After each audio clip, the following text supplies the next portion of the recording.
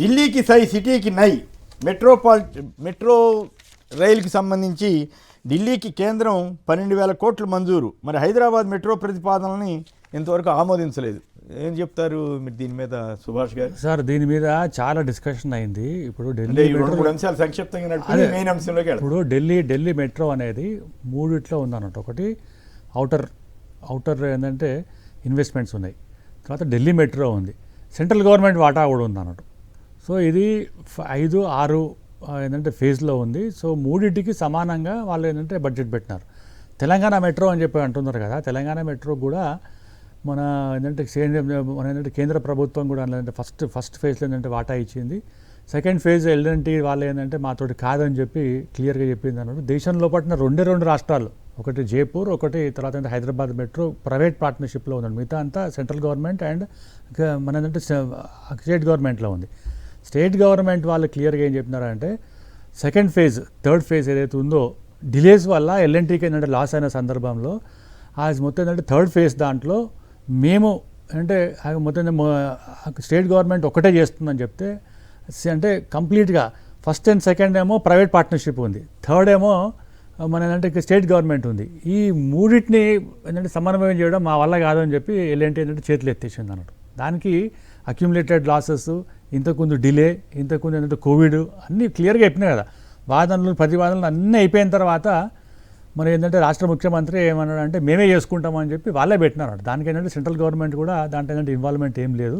Central government ఎంత వాటా ఇవ్వాలో అంత వాటా ఇస్తున్నారు. ఇక్కడ హైదరాబాద్ ఇప్పుడు ఢిల్లీ నేను అదే చెప్తున్నాను. Delhi central government, Delhi government and third party ముగ్గురు కలిసి ఏంటంటే ట్రైపార్టైట్ అగ్రిమెంట్ ఉంది. మన దగ్గర లేదు అట్లా.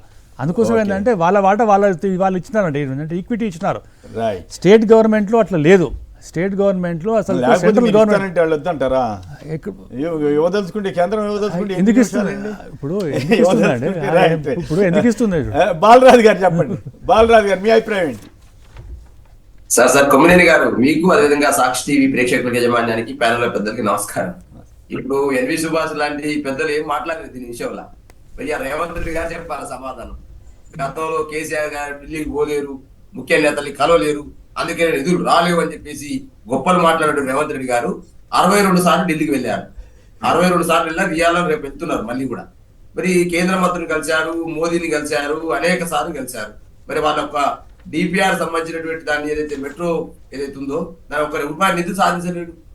ఇలా ఏదైతే అనేక రంగాలు, ఇప్పుడు పోలవరం సంబంధించి కావచ్చు, పాలమూరు రంగారెడ్డి సంబంధించి కావచ్చు, అదేవిధంగా కాళేశ్వరం సంబంధించి కావచ్చు, దాన్ని పడవ పెట్టే పరిస్థితికి వచ్చినాడు. కనీసం ఆ ఐఐటీలను కూడా, ఐఐఎంలను కూడా, కనీసం ఒక కేంద్రీయ విద్యా సంస్థను కూడా సాధించే పరిస్థితులు రేవంత్ రెడ్డి లేడనే అంశం స్పష్టంగా తెలియజేస్తా ఉన్నా. మరి కేంద్ర ప్రభుత్వం కూడా ఇలా తెలంగాణ జనాభా శాతం ఎంత దేశంలో, మనం చెల్లిస్తున్న పన్నుల వాటా ఎంత, అదేవిధంగా మన పన్నుల వాటా ఎంత చెల్లిస్తున్నాం, మనకు ఎంత రిటర్న్ వస్తాయనే అంశాన్ని స్పష్టంగా చూస్తే ₹1 మనం కేంద్రాన్ని చెల్లిస్తే 42 నుంచి 41 పైసలు మాత్రం వస్తా ఉంది. కానీ బీజేపీ పాలిత రాష్ట్రాల్లో మాత్రం ఇలా ఉత్తరప్రదేశ్ లాంటి, గుజరాత్ లాంటి రాష్ట్రాలకు మాత్రం మెట్రో గురించి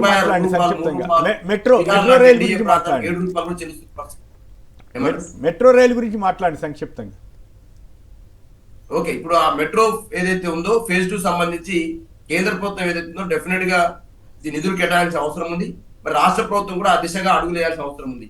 కానీ ఇలా రాష్ట్ర ప్రభుత్వం, రేవంత్ రెడ్డి గారి సర్కారు ఈ ప్రజల అవసరాలకు సంబంధించిన మౌలిక అవసరాలకు సంబంధించి తీర్చే ప్రయత్నంలో ఆ చర్యలు తీసుకుంటలేదు. ఏమైనా ఫ్యూచర్ సిటీ పేరుతోటి రియల్ ఎస్టేట్ వ్యాపారం చేసుకోవాలి, వాళ్ళ అనుచరులకు, వాళ్ళకి సంబంధించినటువంటి అనూహ్యులకు ఇంత వాటాలు దక్కించుకోవాలి, వాళ్ళ ఆర్థిక సంపదలు పెరిగేటట్టు. సరే, ఇవాళ రాష్ట్రంలో రేవంత్ రెడ్డి గారి సర్కారులో మంత్రులు కానీ, ఎమ్మెల్యేలు కానీ, వాళ్ళ రేవంత్ రెడ్డి గారి ముఖ్యమంత్రి అనుచరులు కానీ మొత్తం కూడా ఇవాళ సెటిల్మెంట్లు, దందాలు, అదేవిధంగా కమిషన్లు అనే అంశం మీద అభివృద్ధి మీద లేదని చెప్పి నేను స్పష్టంగా తెలియజేస్తా ఉన్నాను. సార్, బాలరాజు గారు, ఇప్పుడు బీఆర్ఎస్ ప్రభుత్వం ఉన్నప్పుడే ఎల్ఎన్టీ మెట్రో తర్వాత సంతకమైంది అన్నట్టు.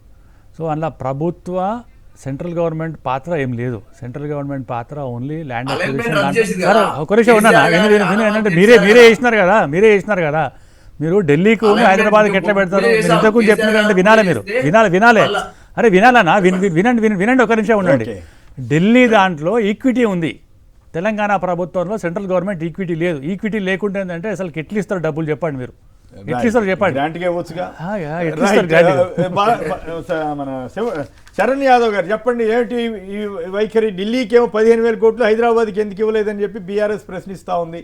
సో దాని మీద మీరేమంటారు? సార్, మెట్రో విషయంలో కేంద్ర ప్రభుత్వము గతంలో బీఆర్ఎస్ ప్రభుత్వం అధికారులు ఉన్నప్పుడే పెద్ద ఎత్తున అన్యాయం జరిగినమాట. ఎందుకంటే మెట్రో ఒక సందర్భంగా 3,000 కోట్ల రూపాయలు కేసీఆర్ గారి ప్రభుత్వాన్ని అడిగితే కరోనా సందర్భంగా 900 కోట్ల రూపాయలు మాత్రమే ఇచ్చి 2,100 కోట్ల రూపాయలు ఇవ్వకపోవడం మూలంగా మాకు ప్రధానంగా నష్టం జరిగిందని చెప్పేసి, అదేవిధంగా ఎల్ఎన్టీ సంస్థ ఏకంగా రోడ్డు రవాణా సంస్థ నుంచి ఎగ్జిట్ అయిపోయింది. సెకండ్ ఫేజ్ కావచ్చు, థర్డ్ ఫేజ్ విస్తరిస్తారని చెప్తే, మీరు కావాలంటే కేంద్రం కావచ్చు, రాష్ట్రం కావచ్చు, మా ఈక్విటీ షేర్ కూడా ఇస్తాం, మీరు తీసుకోండి అని చెప్పేసి వారు చెప్పారు. కేంద్రం మాత్రం ఆ సందర్భంగా రాష్ట్ర ప్రభుత్వం అనుమతిస్తే ఇవ్వలేదు.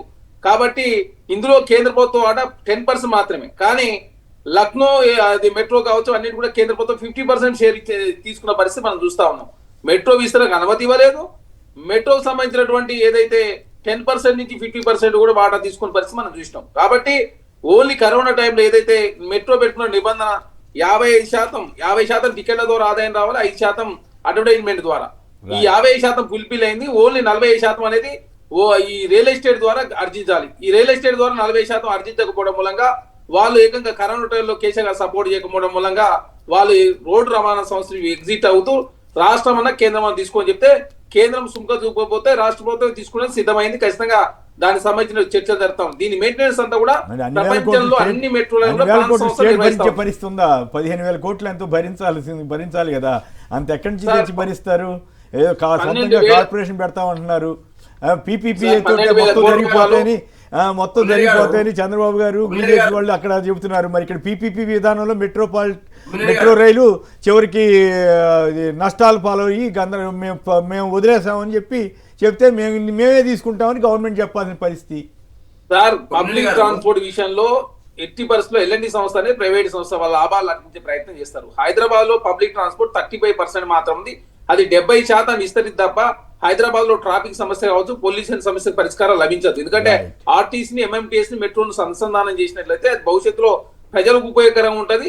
అదే కాదు నో ప్రాబ్లం లో లాస్ సంస్థగా నడిపే ప్రయత్నంలో ప్రభుత్వం ముందుకు పోతుంది. ఎందుకంటే ఇప్పటికీ 260 ఎకరాల ల్యాండ్ వాళ్ళ పేరు మీద ఉంది. దానికి సంబంధించిన ఆస్తులు దానికే ఉన్నాయి. జస్ట్ లోన్ ట్రాన్స్ఫర్ చేసుకున్నట్లయితే ఖచ్చితంగా మెట్రో విస్తరించే అవకాశం కాబట్టి భవిష్యత్తులో మెట్రో విస్తరించే ప్రయత్నంలో ప్రభుత్వం ముందుకు పోతా ఉంది.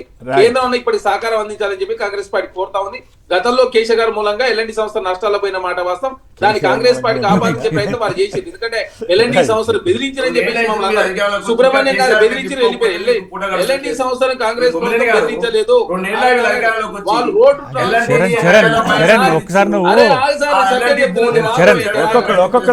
ఎల్ఎన్టీ సంస్థ ఓన్లీ నష్టాలు కరోనా టైంలో వచ్చినందుకు మూలంగా వెళ్ళిపోతా ఉన్నారు. సిద్ధంగా ఉంది. మేము మీలాగా చేసే ప్రయత్నం చేయలేదు. పబ్లిక్ ట్రాన్స్పోర్ట్ అందుబాటులో ఉండాలని ప్రభుత్వం భావించింది కాబట్టి ఆర్టీసీ మెట్రో విస్తరించి అనుసంధానం చేసే ప్రయత్నంలో ప్రభుత్వం ముందుకు పోతుంది. కాబట్టి కేంద్రం సహకారం అందించాలని చెప్పేసి మేము కోరుతా ఉన్నాం. రైట్.